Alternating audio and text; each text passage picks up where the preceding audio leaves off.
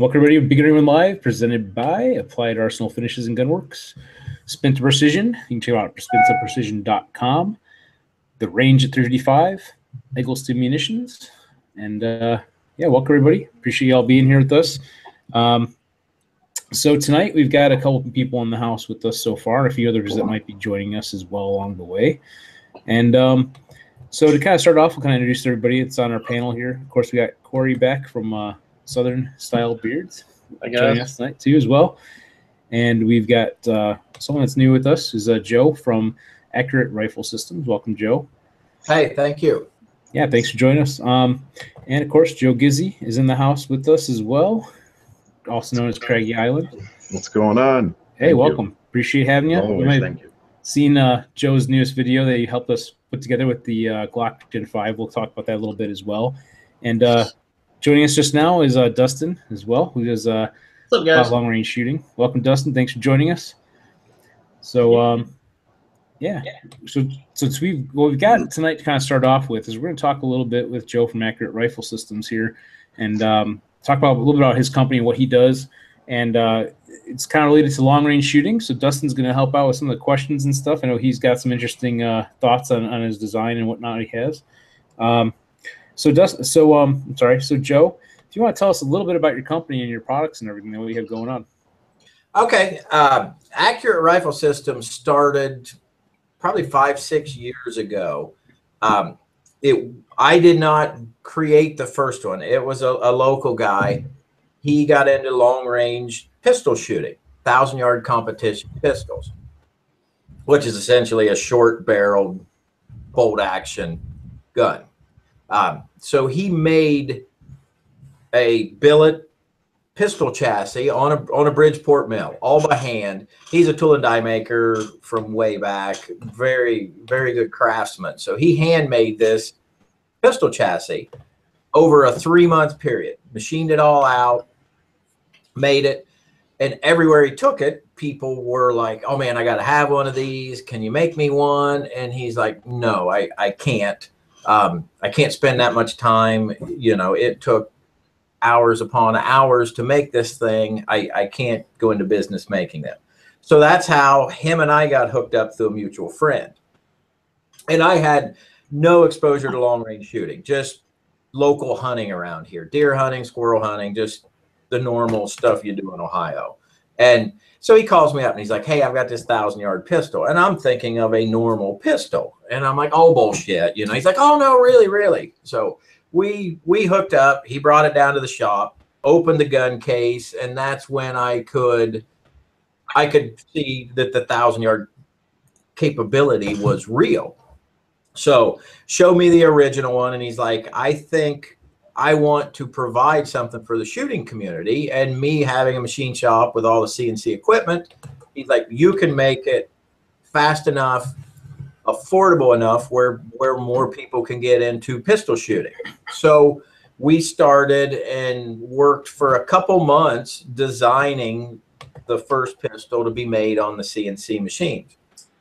And that is, here's the third pistol that we ever produced. And it really took off. People liked it. And as you can see, the original one, it's a lot more crude than what you see on the website now. And it's just a big old hunk of aluminum. It's just a 6-pound chunk of aluminum. Early on, they knew that the weight really helped as far as sitting down on the bench, not moving, helping to manage the recoil. You never get rid of recoil, but helping to manage it through weight and through inertia. So we started selling these, and I thought, well, maybe we'll sell a couple of them. And it sold really well. And I think the first year we probably did maybe 80 to 100 of them. So, I got I was going to say, what is your website? AccurateRifleSystems.com. Okay. And I'll pull it up here too, so everybody can kind of see it as well. And so we built this one, and it went for a while. And a few of the constructive feedback from customers were, it's heavy, which in certain cases I like the weight. The weight is good, but some of the guys actually go out west and hunt with these. They'll pack them in a backpack up into the mountains, shoot big game, small game, all that. So they're like, it's a bit too heavy. So what we come up with was we just call it like a Gen 2, is what you see on the website now with a chamber. I hollowed it all out to save weight. But one thing I thought of, I need a way to add weight. If you want to go to the bench and shoot, it's good that it's heavy. So I dreamed up, well, let's put lead shot in it. And it came from old years of racing where when you add ballast to a race car to slow it down, you weight put equals weight. Traction. Yeah, you put weight in it, put the weight in the back. And a lot of times we had weight tanks that we'd pour lead shot in. We'd go buy shotgun shot and fill the tanks up. And I'm like, well, I could do this on a pistol. So that's where we come out with that. And it was purely just to add weight.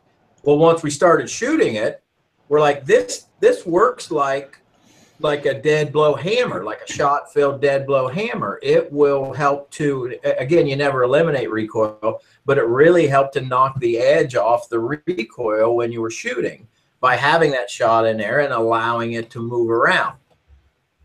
So we developed that and started producing it and selling it, and everybody, it really took off and everybody loved it, and it worked out really well, which goes into here's the current version. The website shows it without the actual gun pistol action in it, but here's a current version with fully ready to go. As far as ready to go, you can get it with a magazine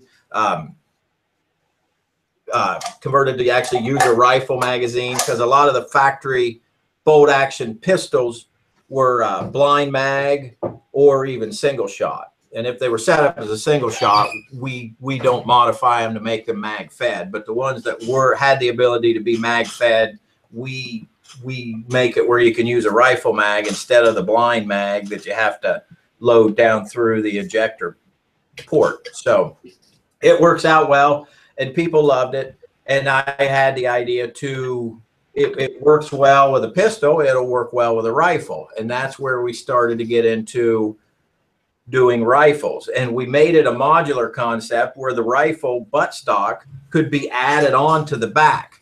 So a lot of people will call and say, I need a pistol or a rifle. And really it's like, what's the difference? I'm like, there's not a lot of difference. The inletting's a little different depending on which bolt action barrel combination you use. But overall, they're the same thing. The main chassis, the trigger guard, the grip, the front end, the side panels, they're all the same. If you put a buttstock on it, you can use it as a rifle. So basically that adapter that's on the back is, you can either have it or not have it. Yes. Now that runs into certain ATF laws with the whole rifle pistol, how the firearm or the action, the receiver is designated from the factory. Some of you guys, the long range crowd, if you shoot a pistol, Remington made it was called an XP100, which was the XP as experimental pistol is how it got its model. You cannot take, say for instance, a 700 Remington and convert it into a pistol if it's already been a rifle or left Remington factory designated as a rifle. It's technically illegal to make into a pistol, a short-barreled, non-shoulder fired weapon. So if you ever look around and see XP100s and see, some people are just crazy on what the prices they want for these guns. And the whole reason behind it is they were actually designated as a pistol. Now, one way around that is if you build a complete new gun off of an aftermarket action, like Defiant, Stiller, right here in Ohio, there's Kelbley's. There's a lot of aftermarket third-party bolt action manufacturers. So if you buy a Bear Action, you can get it designated as a rifle, pistol, or other. And the best way to do it is designated as other so that way you can make it a rifle or a pistol and still technically be legal. But everything I do is for a bolt action, whether it be a pistol or a rifle. And it works out well. The long range crowd loves it. I have people that I'm trying to get out and trying to grow the company, because a lot of people, when they find me, they're like, man, this is the coolest thing ever. I got to have one. You're the best kept secret in the world. So I guess from a business standpoint, I need to get where I'm not the best kept secret anymore. And you are helping a lot with this, Rick, by helping get my name out there and what we do. Yeah, it's interesting stuff for sure. By the way, I'm getting a little bit of feedback on your end too, Joe, just from the echo from the speakers, just so you're aware. Okay. So I'll just have you, when you're not speaking, maybe mute it just to help with that. But no, I think it's a pretty interesting concept, definitely. The other question is for you, what kind of products are you looking at doing down the road?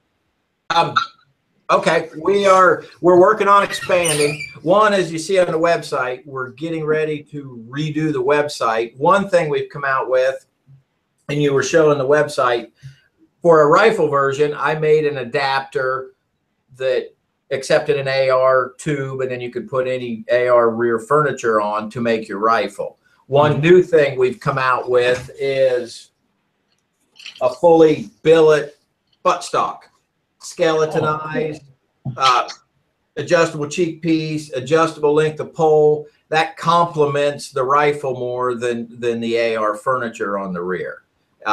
It's all billet, just like the gun. And then another thing we're working on right now that's new to come out, this is a lightweight version. A fully outfitted bench rifle, before you put the bare chassis, before you put any weight at all in it, is like 5 pounds. And then you can put 5 to 10 pounds of lead shot into the chassis. So you can get a 10 to 15 pound chassis before you even put a gun in it at all, or magazine or optics or anything. So this is a lightweight version where the whole forend is carbon fiber. It's a carbon fiber octagon that I take and mill cooling slots in it and the holes, and then mount it on the forend of the rifle. From the recoil lug back, it's just like the other chassis, but from there out, and this gets you down to like a 2.5, 2.8 pound complete rifle chassis ready to shoot, which would work for some of the PRS crowd stuff. It's got the flat bottom, this notch in the front. You can use it as a barricade stop, put it up against stuff if you're doing the PRS style shooting. So this is new and getting ready to go on the website very shortly. Another thing we're working on is, I had one of my dealers, they're like, you need to make an aluminum chassis for a 22. And I'm like, why would I make a chassis that costs twice as much as the gun you're selling? He's like, trust me, people love 22s. They love to go out. They love to play around. And I'm like, finally, after like 6 months, I'm like, okay, I'll make one. So we made it, and it's just starting to come out. But so far, even just from the buzz, the local buzz and everything, we probably sold 50 of them already. But here's a Ruger 1022 billet aluminum chassis. That is awesome. It uses the same buttstock, the same grip style interface as the big gun. So a lot of guys are like, this works as a good trainer for my long range shooting. The feel from where I grab to where I shoulder and everything is identical to the long range rifle, but it's in a 1022. And people are eating this up. I've done the 1022. I've done the Savage. I think it's a Mark II, Model 93 Mark II. The little bolt action Savage. I have done a few and shoots for some local customers, good customers of mine, and I have a CZ 455 in the safe to work on the inletting for that, to offer it in the CZ version. It's a really good thing, and it's fun. It's just a fun thing. It's a cheaper way to get out and just have some fun and shoot a rifle. So what kind of price with that are we looking at?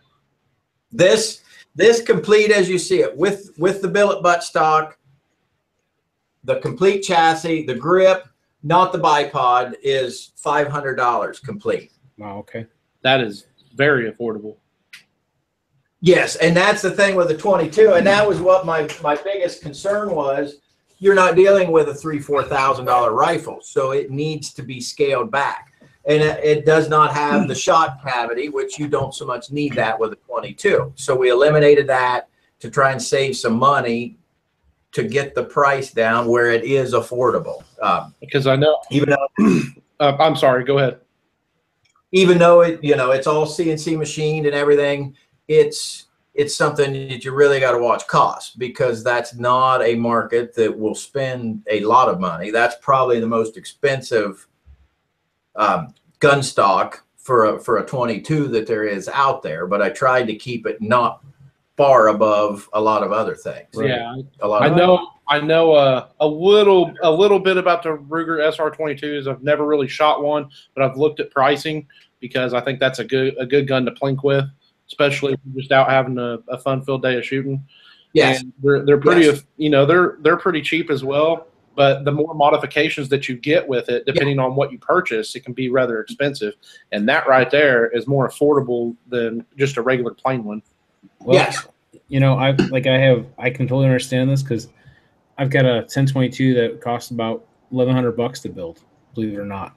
Just buying all the individual pieces, buying the trigger, I'm talking about retail value of it. If you can price shop and stuff and find stuff a little cheaper, but aluminum barrel for it, and aluminum chassis system and all that stuff, it adds up after a while. And a lot of people with like a Ruger 1022 will go through 2, 3, 4 different stocks before they find the one they like.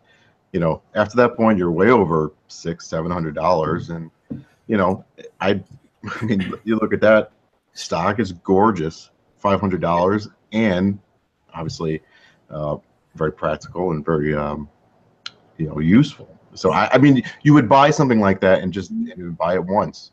I mean, why would you ever want to again? That's my opinion. Try once. Yeah. You spend with your money, but the question too, I was going to say, for those out there that are watching this, there might be some people wondering, because I noticed that on the website they're all in raw aluminum and so forth. What are the options as far as finishes for the actual chassis itself, as far as coatings? I do offer as an option hard coat anodizing. I think it's like Type 3 mil spec hard coat anodizing, and they'll do it in colors, black.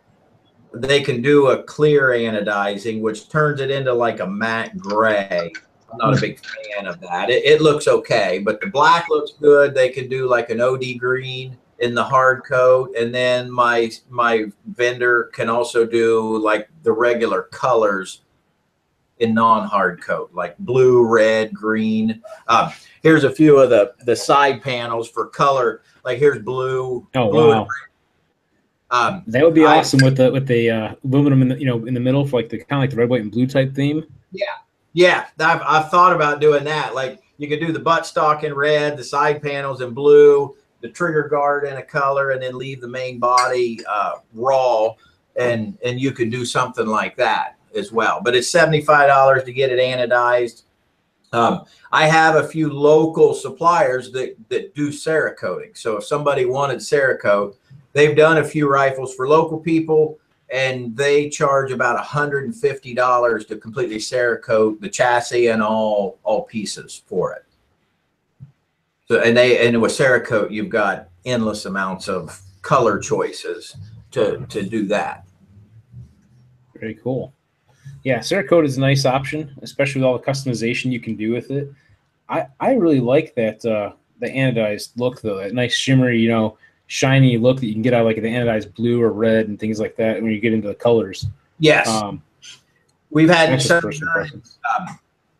I've had a few private people take to a different anodizer. They've done one in orange, a bright orange. It was a stainless barrel that they polished and then did bright orange anodizing. And it's wild looking. It's loud and in charge, but it is very cool. And then I've had a couple women shooters and that's one thing with the shot cavity and everything. It'll take a 6.5 millimeter gun, Creedmoor or a lot of the long range shooters shoot the 6 or 6.5 millimeter by 47 Lapua calibers.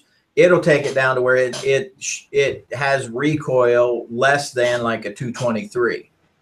And a lot of the women shooters like it. It's heavy to get up to the bench and compete with, but if you can carry it that far, it really makes the shooting easy on you as far as recoil and fatigue at the end of the day. Because there's a lot of bench competitions where you'll shoot 100 and 120 rounds in a day.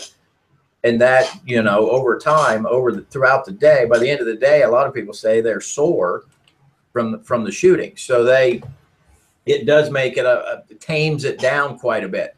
I built the chassis for it. I have a guy that has a 338 Lapua pistol. And when he called and wanted to build one, I'm like, why is that even a thing? And he's like, well, because I can. So he built this thing, and it's just unbelievable. But he says with the shot in it and everything, and he bought the extended side panels to hold more shot, to put more weight in it. I think it's like as a pistol form, I think it's like a 25 or 28 pistol. He's like, it sits right there on the bench. It comes back. When you pull the trigger, it comes back about 1/2 to 3/4 of an inch when you pull the trigger, and that's it. These guys run rifle scopes on the pistol. They get up that close behind it, it won't come back and give them scope eye. It just sits right down on the bench. There is a video in the early days when we first started, and it's on YouTube. This guy, his name's Dennis Kirkpatrick, but he goes by, his nickname is called Top Strap. And he did a comparison video of an XP100 pistol in a wood stock versus one of the first gen aluminum stocks. And you can see the recoil difference. And it's just amazing how much it tames them down. These guys can shoot 1,000 yards, pull the trigger, and keep the scope on the target and watch their impacts with the pistol without having to have a spotter. And that's the biggest thing they liked, is they could see their own impact to better make their wind calls for the next shot, their elevation changes, their wind calls on their own rather than rely on a spotter. Very cool. Hey, I was just going to say welcome to Trey from Ghost Tactical. I saw you jumped in with us.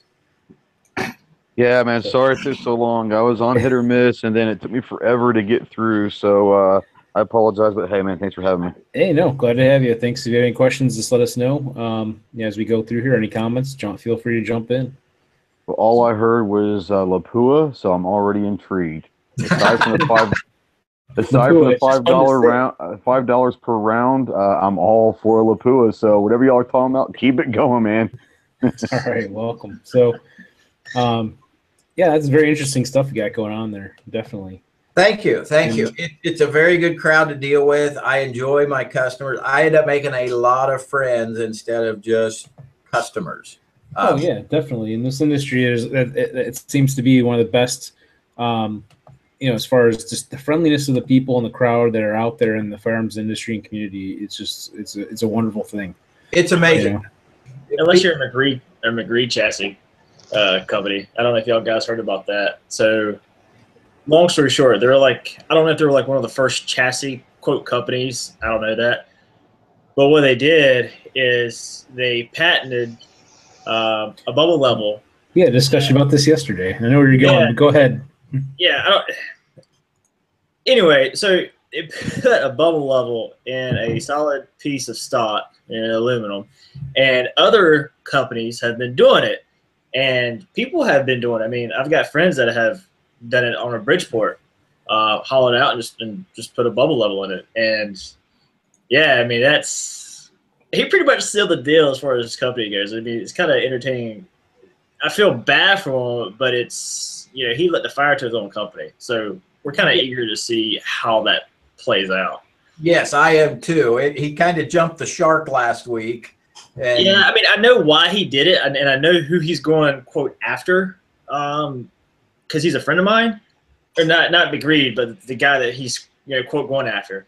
But, I mean, you got Canadian stock manufacturers that are doing this, or chassis manufacturers that are doing this. I mean, you've got everybody underneath the sun that's doing it, or they're doing some type of leveling anti-cant device, period. Yes. on them. I mean, it's just, I understand proprietary stuff. Like you could patent your lead shot, like cavity, right? Yeah. Like that I can understand. But a bubble level that I can get from Lowe's and then take a 1/2-inch drill bit, give me a break. You know, I was watching something on I think it was an old episode of Shark Tank. You know, the guy had a clothing company that he was trying to not sell the clothing company, but part of, I guess, the patent or patent or whatever, the intellectual property portion of it or something. Yeah, utility patent. Yeah, he was doing clothing with, like, you know, it's not, you can't patent the pockets, but you could patent the idea of running wiring through the clothing. And he was like, he went after a bunch of companies that were doing this, and then, you know, settled with them for, you know, a portion of whatever, you know, royalties and whatnot. Yeah, dude, that was one where he had a you could hook up. I think it was like your earbuds. Yep, your earbuds, like your shirt, or your shirt, like kind of like you do like in your book bag, right? They always have that one compartment where your earbuds can come through. And you probably see that company that too, right? It's the technology for the clothing, and he wasn't going to sell his business, but he was going to sell, you know, part of the rights or whatever for the intellectual property end of it, or the patent or whatever it was. It was just interesting to watch. So like, yeah, it's kind of like what we see going on with this a little bit. And this guy made his money off of, you know, going after suing other companies all over the simplest idea, the patent that's based on, you know, being able to run a wire through a piece of clothing, something very simple. You know, he was a lawyer, and he's figured out how to exploit the system in a sense for an idea that he, you know, brought up as his own, you know, in a sense. And it's what it is, similar.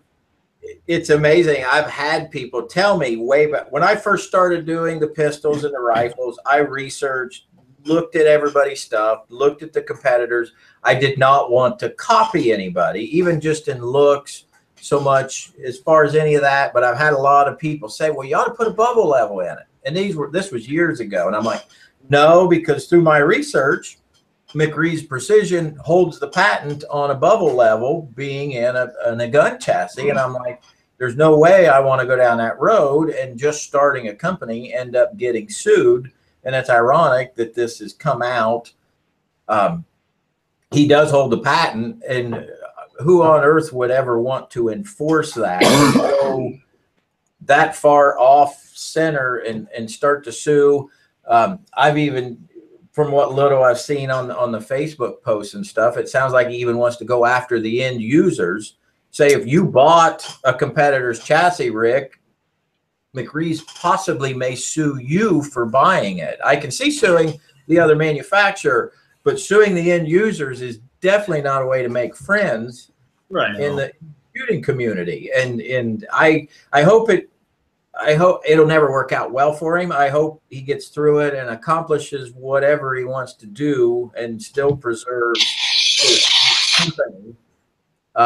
As far as, you know, just I hope it comes out okay for him. I don't see where it can come out well at all, but I hope it doesn't kill him in the process. The only thing I've heard, and I'm not an attorney or anything, way back I had a patent attorney tell me, because I looked into patenting the shot tank and everything, and he says, the only thing, if you patent it, all that gives you is a piece of paper that says you can go to court against someone else. You still have to pay a lot of money to go after them. But he said, if you do spend the money, go after them and win, you're entitled to 4 times what they've earned off the product of yours that they infringed upon. So if the competitor, who is tops in their field, and as far as a PRS chassis, I think they do make a great chassis, and they make all the add-ons, all the barricade stops. It's the Swiss Army knife of PRS rifle chassis. If they've made a bunch of money, Scott can possibly maybe really cash in on them. I don't know, which I'd rather make my money selling to customers and creating those relationships as a way to make money than going into court to make it. But I don't know where it's going. I hope it comes out well for Scott and whoever he's going after. I kind of have an idea who it is, but don't want to say anything. I think Dustin knows. Yeah. I mean, because I was a PRS shooter. I don't shoot PRS of this year just because of life and I'm back in school, work 40, 45 hour, 6-hour weeks, and it's just like I have no time. I have zero time. And plus your matches are 250. You gotta travel to Alabama, I gotta travel here, travel there. I mean, you can rack up a pretty good tab pretty daggone quick. Yes. Yeah. Yeah, exactly. It is definitely expensive. I mean, but it's fun as hell. I mean, it really is. And like, especially like, I tell people like, go to a Guardian match. It's out to 600 yards, which ain't, it's not PRS level. It's more of it's a charity event. And I think I talked about this last few episodes ago. Basically, they raise money. They have a raffle. So you don't have like a prize table. You have like a raffle table. Good high-end stuff. But long story short, what they do is Gary, the organizer, they raise money to find homes for orphans. So you can adopt kids. Like me and my wife doesn't look like we can have kids, so we're looking at adoption at some point.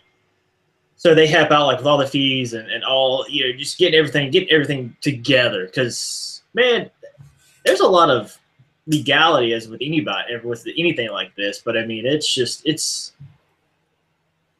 a point where it's like, why is this so hard to like try to do good? Yes, you're just trying to give somebody love that wants it. Right. It's going to cost you enough to raise this child on your own. It should be free to do. I applaud you for what you're doing.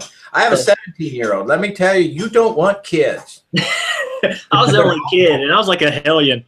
They smell like spoiled milk all the time, and they don't wash. And I don't know if I was that bad, but it's been 20 some years since I was 17. So I don't remember me being that darn dirty and smelly and angsty. But maybe I don't know what it is. But yeah, I got a 17-year-old you can adopt. By the way, 2 months. You can have him for 2 months. I'll even pay you. Hey, nice. We got a couple comments over on basically they're on YouTube and gun channels. And Ohio 45 ACP says, "Cool, accurate rifles only 90 minutes for me and down SR 13." Yep, State Route 13 goes right down through the middle of the state. Yeah, my business is located on Lucky 13, but I don't know why you call any road a 13. I'm not terribly superstitious, but I've got and gun websites says thumbs up. I've got CNC machines out there that have a tool changer. I don't put a tool in number 13 just out of superstition that it'll screw up parts or destroy things I'm trying to make. Some skyscrapers are like that. They don't have a 13th floor. I mean, technically it's 13, but they don't label it as a 13.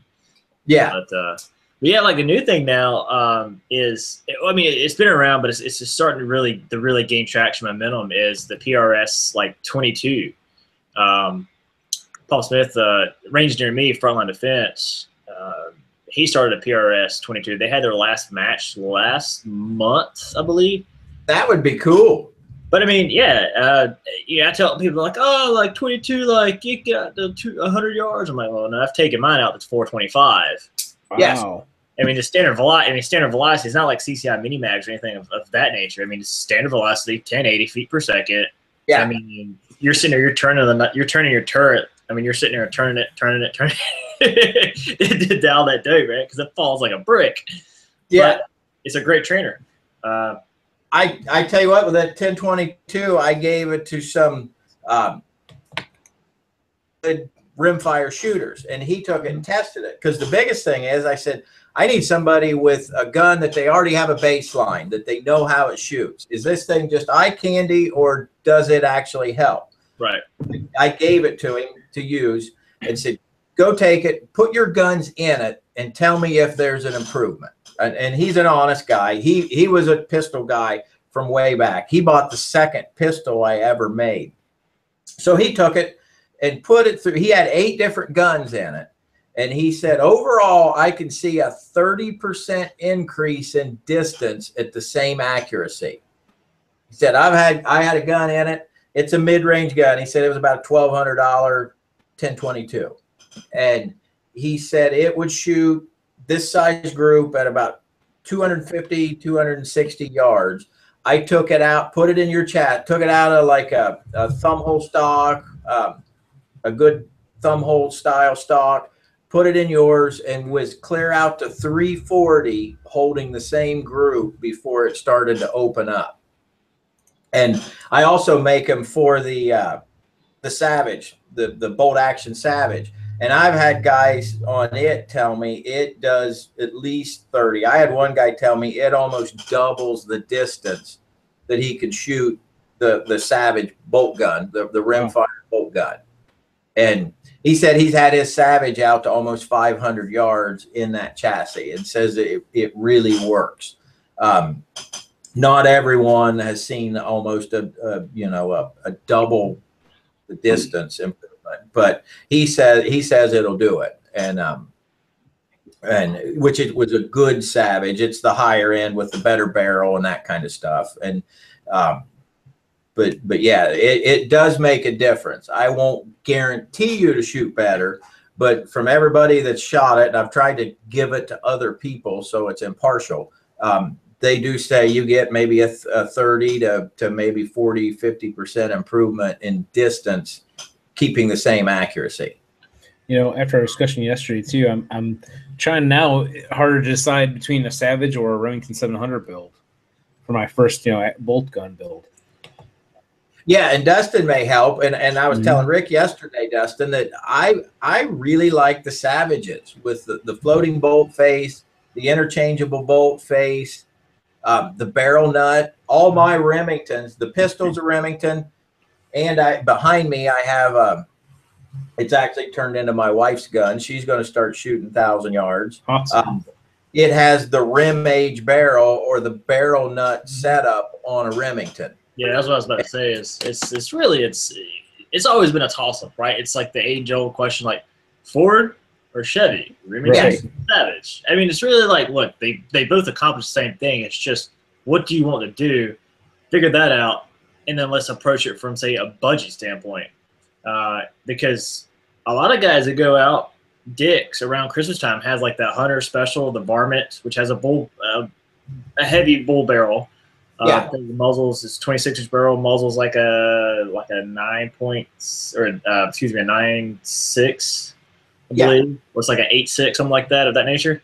A lot of guys, they go out there and they take it out, they put it in some type of chassis or a better stock, and they go shoot a beginner course. Like at Paul, he does like an intro to long range shooting, or he does some type of like tactical local match, not necessarily a PRS match, but like a local match. But yeah, it's like I got one of my match guns is a Defiance Deviant, right? Yes. Basically a clone Remington that's timed correctly, better fit, et cetera, et cetera. Then I've got Bighorn TL3.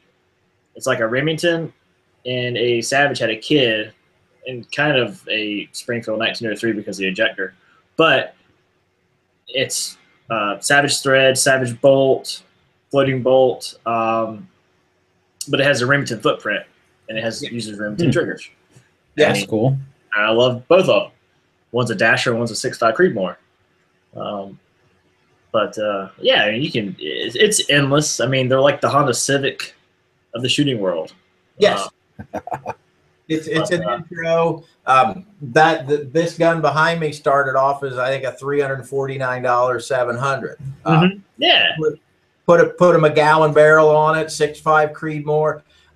I don't have time with running a business to load, so I picked a good caliber that I can buy good factory match grade ammo. Get out there and just shoot when I can. And yeah, I put a brake on it. It's not even blueprinted, and it shoots really well. I have a Savage that I have in one of the carbon fiber chassis that I put a match grade barrel on it. I got from a Northland Shooter Supply. I think it was $375 for the barrel, precision nut, precision ground, recoil lug. Put it all together, and it shoots great. I say they both are equal, and they've had the same improvements done to them. Another thing, as far as on the chassis, that Remington that I bought was just, I think they call it the ADL, the blind mag, the cheapo plastic stock. And you take all that, my chassis are made to accept the detachable box mag, the AI style rifle mag. If you look, some guys are like, well, I want to get in and build a gun. I'm like, buy the cheapest gun you can get, take the plastic stock, throw it in a bonfire, don't breathe the fumes, throw it in a bonfire, buy mine. You don't have to buy bottom metal. You don't have to bed it. You turn it into an instant detachable box, mag-fed gun. You can buy a $350 gun, put a $400 barrel on it, a $750 chassis, and you're ready to go, short of optics, which that's a whole other thing. That a little really expensive ball wax right there. Yeah. Gets to be, I've got some guys that, I've got a guy that's got 5 competition pistols and has a $2,500 to $3,200 night force on all 5 of them. And I'm like, you are out there. And he's like, hey, you've got hot rods and cars. He said, I've got guns. You know, it just happens I might have $20,000, $30,000 in pistols sitting in the safe, and you've got a car you can drive. It's all in what you like. And I completely understand. And he said, I've shot his night force guns a few times, and I'm like, okay, I see where it's worth it. At this point in time, being a struggling businessman, I can't afford that yet, but at some point I'll get there. Nice. I'm a Vortex guy, and I do have one Citron that's pretty good, but yeah, it's a fun hobby to get into. I don't get out to shoot nearly as much as I want. I'm too busy making everybody else's guns to get out and shoot my own. But at this point in time, I'm happy with that to build the business, and then hopefully I'll have time later on. Yeah, Vortex makes some good stuff for sure. So Dustin, what do you think about maybe in a few months or so we do a build, long range build? I mean, you just hit me up on Facebook. Yeah, we'll talk, because I'm looking for some insight now. I'm kind of looking for some direction on that, and I think it'd be kind of fun to do this for the channel. You know, get some components, figure out what we want to do, and build a decent entry level long range rifle. Yeah, I mean, it's just a matter of just thinking of what do you want to spend budget wise, like on the rifle, because like as Joe said, like optics, that's another ball game. Yep. Yeah. Separate from totally keep the optics as a separate thing, but because I mean, guys they go out and man, there's a few Facebook groups I'm on that I used to try to help out guys, and I got tired of it. And long story short, they're like, oh, like I just bought this $4,000 rifle, or for whatever reason they just built them a brand new rifle, and they're like, I'm gonna add the cheapest Tasco scope I can find from Wally World and put on it. And I'm like, dude, what the hell are you doing? Why? And it's just like you're sitting there on the other side of the keyboard and like you're pounding your head against the space bar, right? Because you're just so like, oh my god, how can this guy be this stupid? Like save your pennies, right? Eat some ramen noodles, and go and buy you a Vortex PST in Mills. And I stress Mills because everybody, 99.9% of people in PRS shoot Mills. And if you're having trouble and you're that new shooter, we can call your shots and we say, hey, 0.2 of a mil left or half a mil right or whatever. I'm not going to do the configuration for you if you're shooting MOAs. I got a few friends that shoot MOA, and I'm like 0.3 left. And they're like, well, what's the conversion? I'm like, I don't know. You figure it out. I ain't doing the conversion for you. Yeah. Or if you really want to mess them up, what you do is you say 6 inches, right? 6 inches at 600 yards. It's not that easy to really tell, right? So yeah, you can have fun with people. It's all fun. Hey, is buddy of mine went to he owns a brickyard down near about an hour from me, and he had never quote like shot long range, right? Had a target out at like 475. I sent the first round out, hit it, spun it around, went there and fixed it, came back, and he has this like a 16-inch AR with like an ACOG maybe, and like sends like 4 shots. We get him like on target, and I stress on target because there's a shovel beside me, and then there's the Bud Light like beer metal bottle. So I grabbed it, and I'm sitting behind him. I'm like, all right, send it, and it, like ding, and I would hit on the shovel, and he thought that he would hit the target. And I'm like, all right, send it again. It's like, psh. I'm like, man, you're freaking awesome, dude. We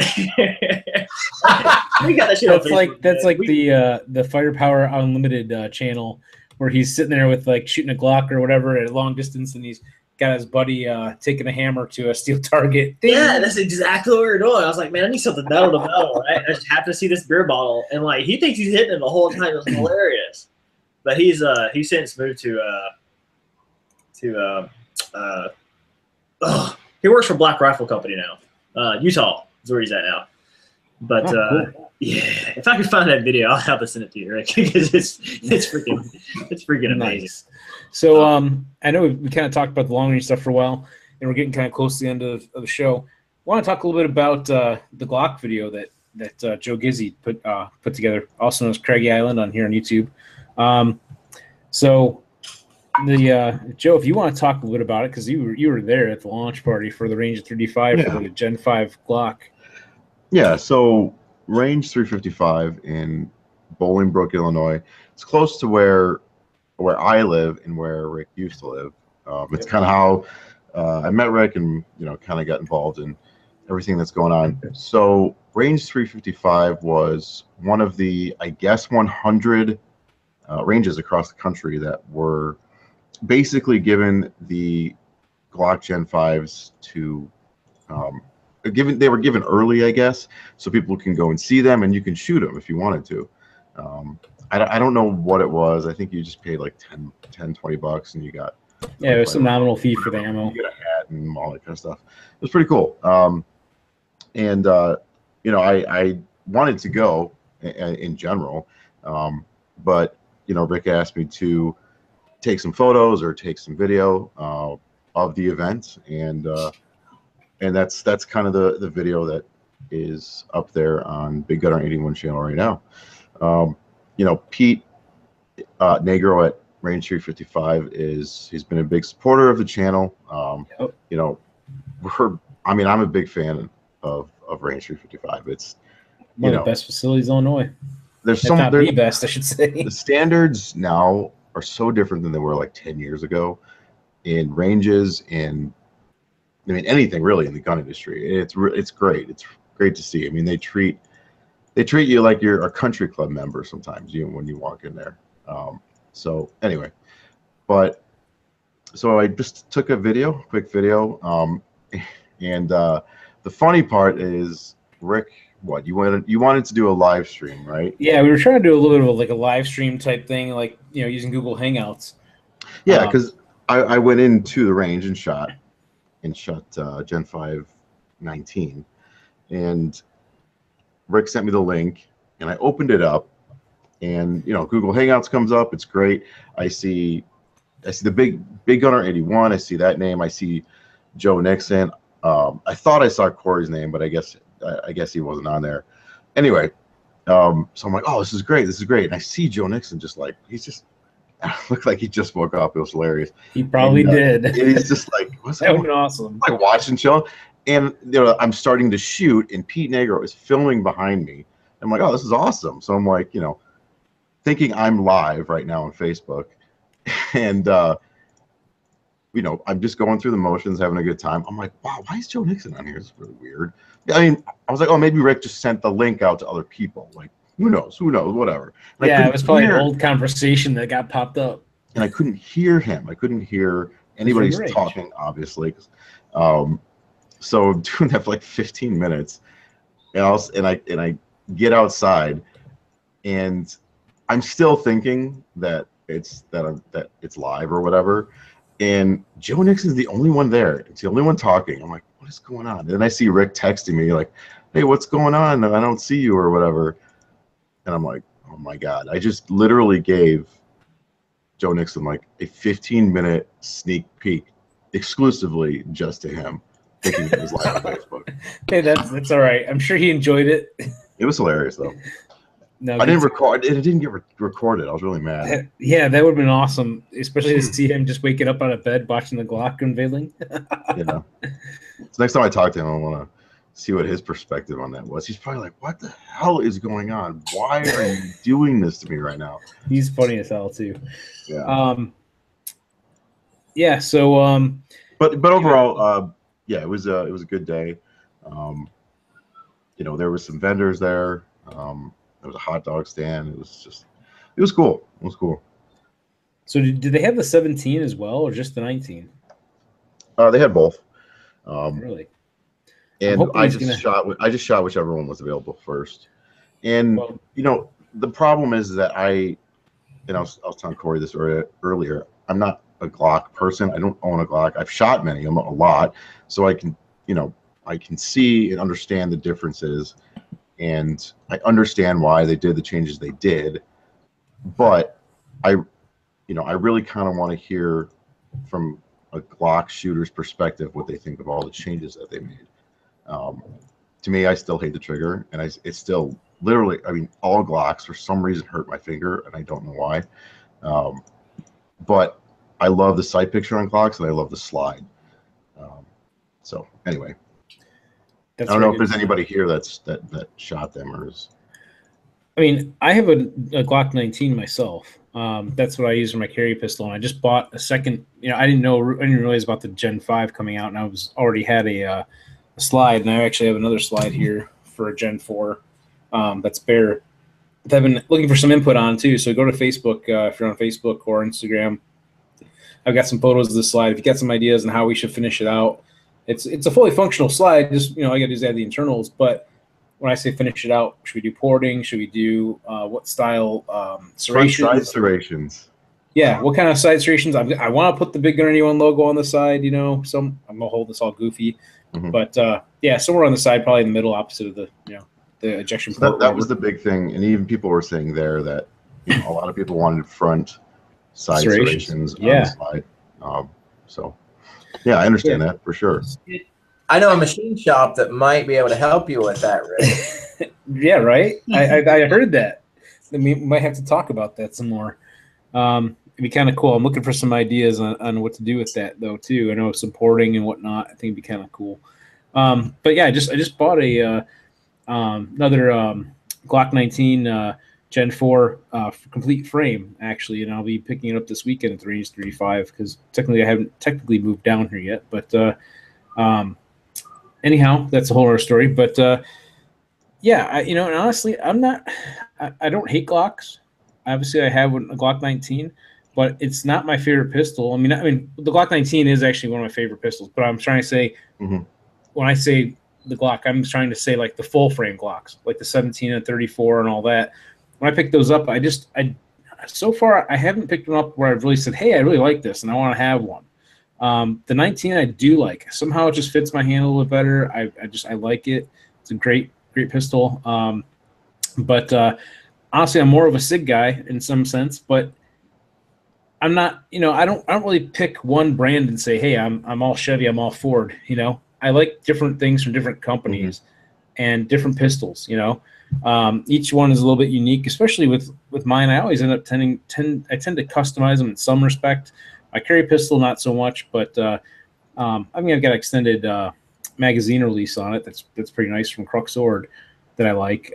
But really, I try not to do a whole lot to stuff that's like, for EDC type stuff. But anyhow, yeah, I'm interested to see that Glock Gen 5 and kind of compare it now that I've had a little bit of experience shooting Glock and see if I like it any better or worse.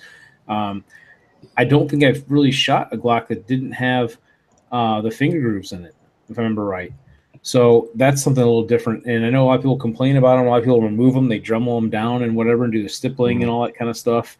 I think it's interesting, too, how they changed some of the internals around. Well, a lot of the internals around. So the compatibility, what are the compatibility limitations exactly? Like what from inside the Gen 5 will retrofit to older models and so forth. That kind of stuff interests me, too, the mix and match type stuff. Like, for example, with the Gen 3s and the 4s, I'm learning you can put a Gen 3 slide on a Gen 4, but you have a big gap in the front, but you can't put a Gen 4 on a Gen 3 frame.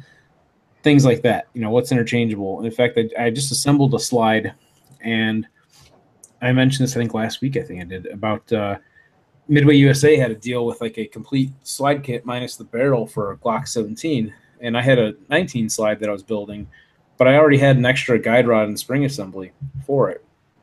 And I started pricing out all the individual components for the 19, and it was going to be like the same price or more than the complete kit with the extra guy rod and spring for the 17. So I bought the complete kit, of course, but all those parts are interchangeable on the 19 and the 17. Barrels interchange, I guess, at least from the Gen 4 back, from my understanding. I think that there's only one difference that I know of so far that I've learned as far as the 9mm, and that's what I've learned so far. There could be a lot of things I don't know yet because I'm still learning these things. But the cut they make for the base of the guide rod where it contacts the barrel, the cutout or relief for it on the Gen 2, the earlier Gen 3s and Gen 2s, and I believe Gen 1, from what I was learning through discussion, someone had a nice picture kind of showing the difference, that cutout is smaller on the earlier models versus the later Gen 3s and up, where they have a much larger cutout for the base of the guide rod and spring assembly. It's just that stuff fascinates me. Coming from a technical background of mechanical background, seeing how things are built and designed, I like seeing that, especially when they make changes throughout the different models and everything. So I'm interested to see what the Gen 5, kind of get my hands on one and look at the insides at some point. So, in fact, Joe, I plan on being at the Range 35 this weekend at some point for Labor Day weekend coming up here, and I'm hoping to get my hands on one there and take a look at it firsthand. Awesome. So maybe if you're around, maybe we'll meet up real quick there or something if you're free. I'll be in Wisconsin for Friday and Saturday, but I think Saturday, Sunday, Monday, I'll be coming back at some point. So cool. Maybe Sunday. We'll see. I think I'll be a part of Sunday. ASC or Sportsman Club. You got any time I want to go there. I know it's kind of like a day trip, isn't it? ASC kind of is, because it's about an hour away, hour back. If I have enough time, Sunday would probably be the ideal thing, but we'll talk about that afterwards. Because I'm still a member, and I want to go test out my new pass and stuff that I just got in the mail. Oh, right. Because I got the new key card access. Cool stuff there. Like I said, even though I'm a bazillion miles away, I'm going to be going back there to visit a lot, and I'm really, really having a hard time wanting to give up my membership. It's costly, being that I'm not local anymore, but it's nice to still have access to that if I want to go back, because it's a wonderful facility. It really is.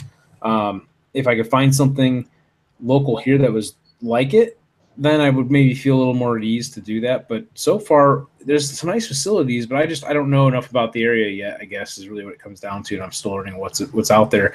So far, I'm hearing there isn't a lot of places that have the freedom as ASC has with, for regard to things like moving and shooting and just things like that. Like some places just basically, you got a nice outdoor range, but it's really, you can just bring paper targets, things like that.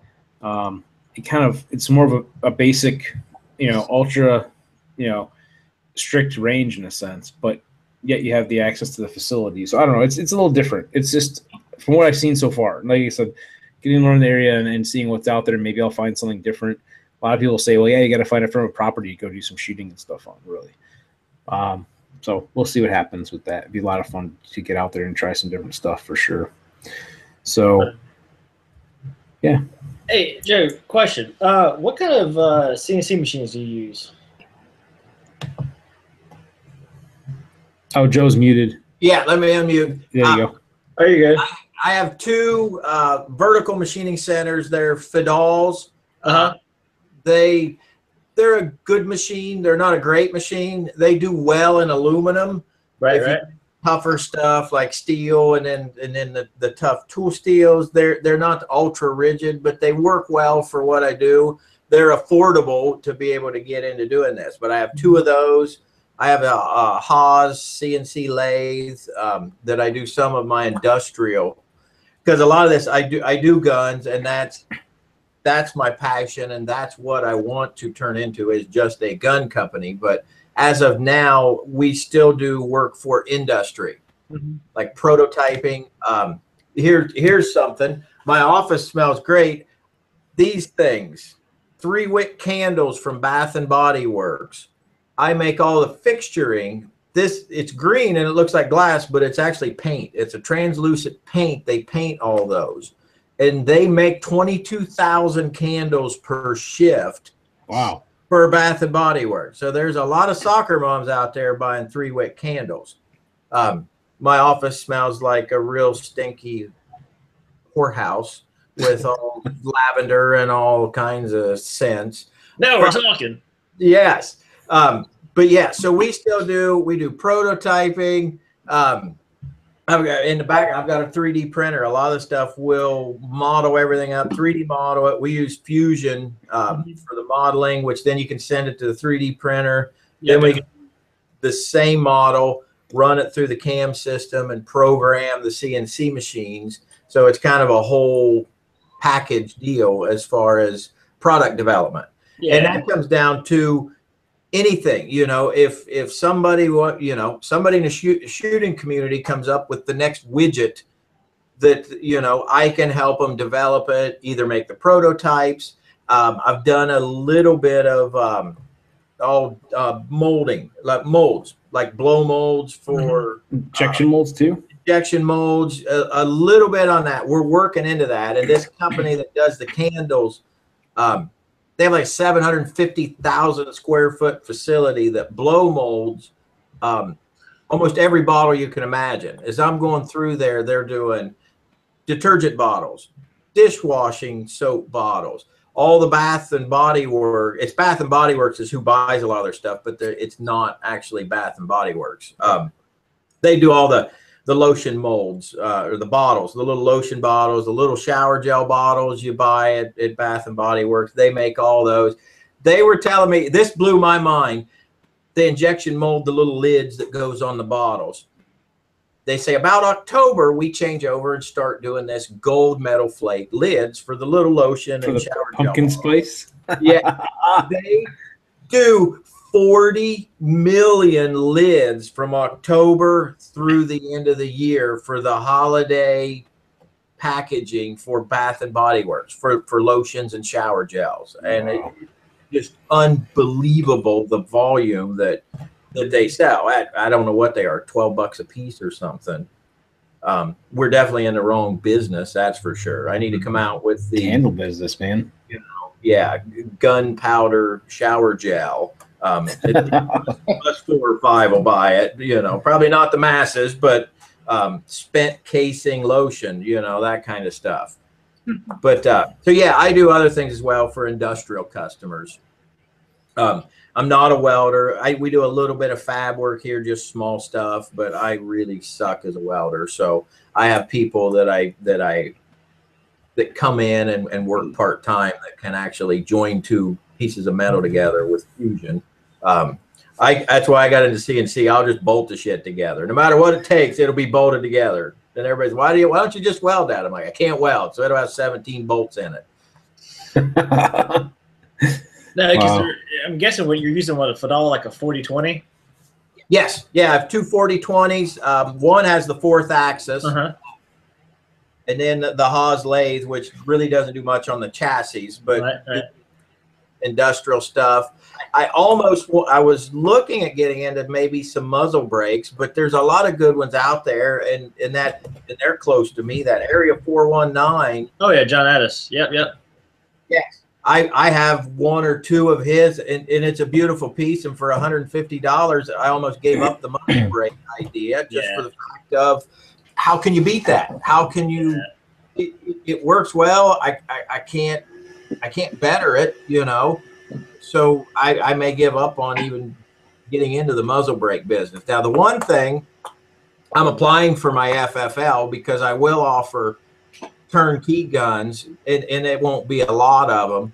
But the biggest thing is if they ever declassify the silencer, the suppressors, suppressors, I would really like to get into making those. Oh yeah. Right now with the tax stamp and the weights impact me, the whole tax stamp and everything, but the actual waiting period of where I would have to hold everyone's suppressor for months at a time, it just seems like a pain in the butt to have to deal with. But if they ever declassify, take it off the NFA list,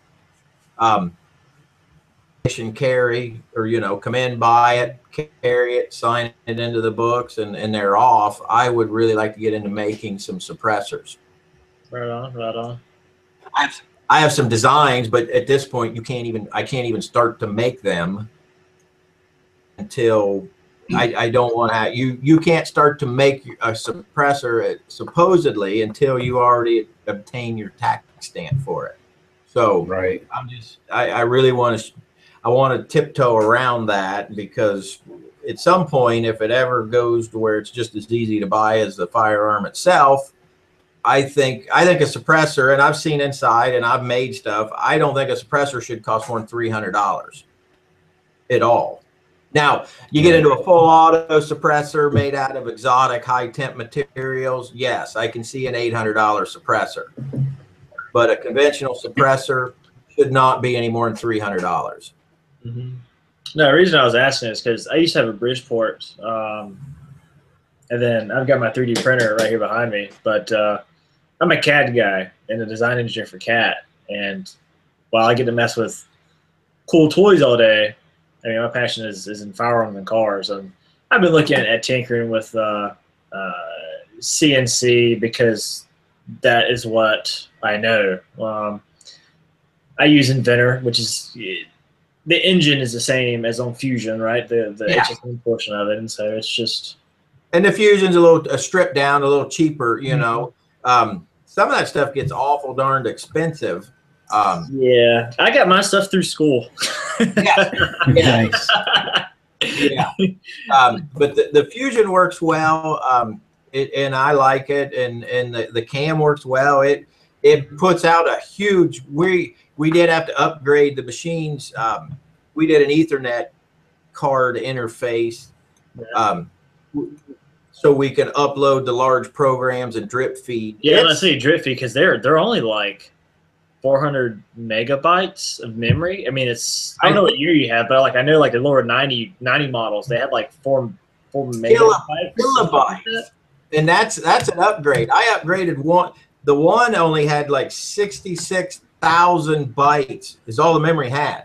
That was the factory memory. I'm not even a computer guy, but I know that's low. And I bought like a 422 kilobyte memory upgrade, and it was on sale for $500 for the card with memory chips. And, you know, a computer, it has that much memory and you know, inherent, you know, you get gigabytes, terabytes now. But with the Fusion, we have some one off of the machining program. We've got one that's like 55,000 lines of code that it runs through and does. It's adaptive roughing, where it looks like it's going at random, but it has a theory behind it, I'm sure, I hope. But it works really well the way it roughs it out, but it just generates endless lines of code. And it works well, and we've been able to almost cut cycle times in half by using Fusion. That's awesome. The cam side of yeah, for those who don't understand, cycle time is like beginning and end, finish. Sorry, Dustin. Yeah. And what's that? I'm sorry. I'm sorry, I talked over you. Oh no, you're fine, man. And man, this is your show. No, you know what? I know, right? It's supposed to be. I don't look at it that way. I always look at this as this is the show. We do this for the people out there that are watching, and just to share information and so forth. So I just kind of am just the I don't know, the person who kind of gets us started, I guess, in a sense. But really, it's for all of us to kind of chime in and share our experiences and knowledge, and you know, to ask questions and try to learn from each other and stuff, and just kind of push forward, you know, with the you know, firearms and Second Amendment and all that kind of stuff. You know, kind of sum it up. So. But anyhow, we are a little bit probably past an hour now, so I'm going to go ahead and wrap things up for tonight. I don't know if anybody has any last final thoughts they want to throw out before we kind of close up tonight. I'll start out with Corey. You got anything? Hey, I learned I learned so much on so many different topics every week. Rick, I can't thank you enough for having me each week. This is awesome. I mean, so many cool and different people on here. and about so many different topics. I mean, from competition shooting to long range shooting to now with Joe's business. I mean, yeah. I would have never in a million years thought someone was doing that. You know what I'm saying? And you know what? The neat thing about this is that we don't always know who we're going to have for a guest until right before the show, and we have had a lot of luck with some great guests. Well, you know what? And Rick, you were being obviously pretty modest there, but I think that you, not only today, but in the past, you've done a really good job at helping, especially small businesses out. You know, having them come on here and letting them know, you know, get their message out and what they do. I don't think anybody's ever really said that, so I think that's important to say that. I think it's noticed, and I'm, you know, I work for a small business. I understand it, and I think that's pretty cool that you do that.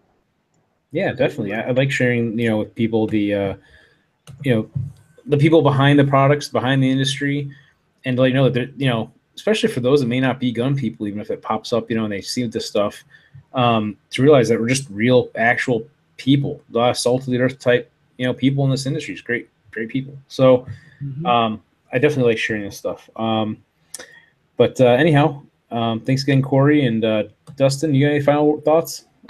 Oh man, I mean, I appreciate you having me on every week. I have fun, man. It's kind of like going with what Corey was saying. I mean, we got so many different people from different strokes of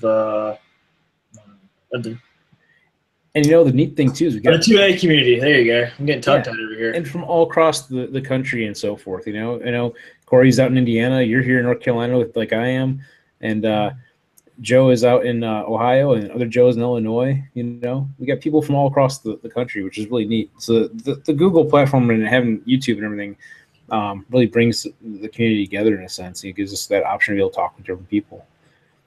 Absolutely. So Absolutely. Yeah, thanks again for joining us, and I figured this would be a great show to have a discussion with long range, because that's kind of like your game, and you know, Joe with, you know, as well for bringing this awesome product with us. So if you have any other final thoughts there, Joe?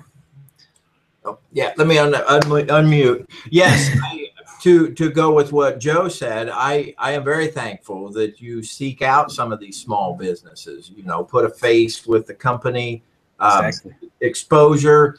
That's the thing these small businesses need. You know, you can have the greatest product in the world, but if no one knows about it, you still just sit around and twiddle with your thumbs all day. So this is, I am very appreciative to be on the show, and if I can contribute any more, we can make you a kick-ass Glock slide out of that thing, and that would be fun. Yeah, and get the big gunner on it and everything, do that. But if you guys want to collaborate on a long range type of thing, I'm all in to offer something, make it happen. And at least from the gun down that you hold on to, I can cover that part of it and make something really cool. That would be awesome. Yeah, definitely. I think that'd be awesome for us, me and Dustin, get together on and talk later on, and get with you on, and maybe we can make something happen.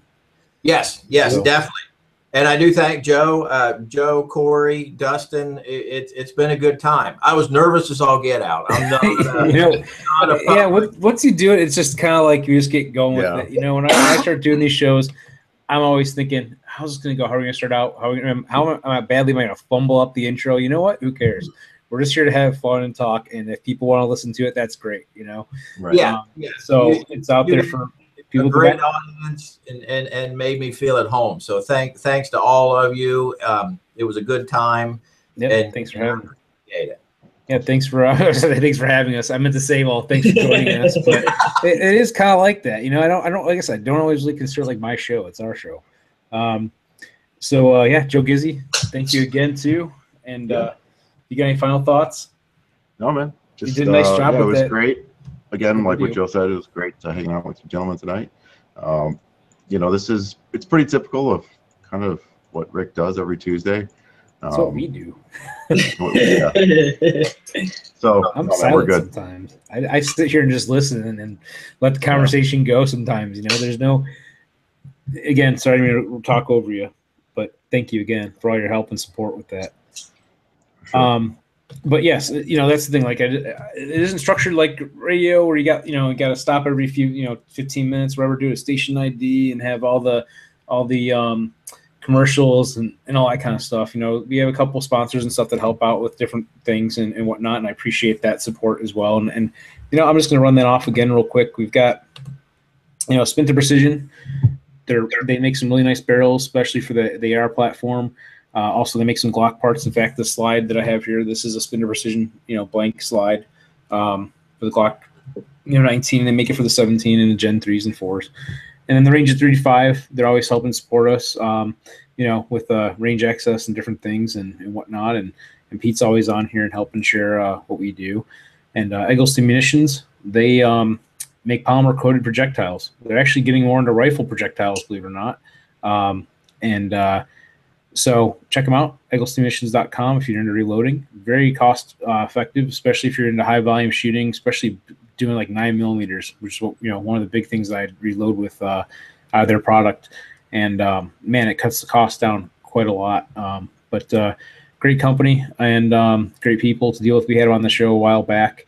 Hopefully we'll get them out again to kind of do a little update on their new projectiles they got coming out for the rifles. And Applied Arsenal Finishes, our Cerakote sponsor, who he's also Brandon Haas, our friend at Applied Arsenal Finishes and Gunworks out in Waterman, Illinois.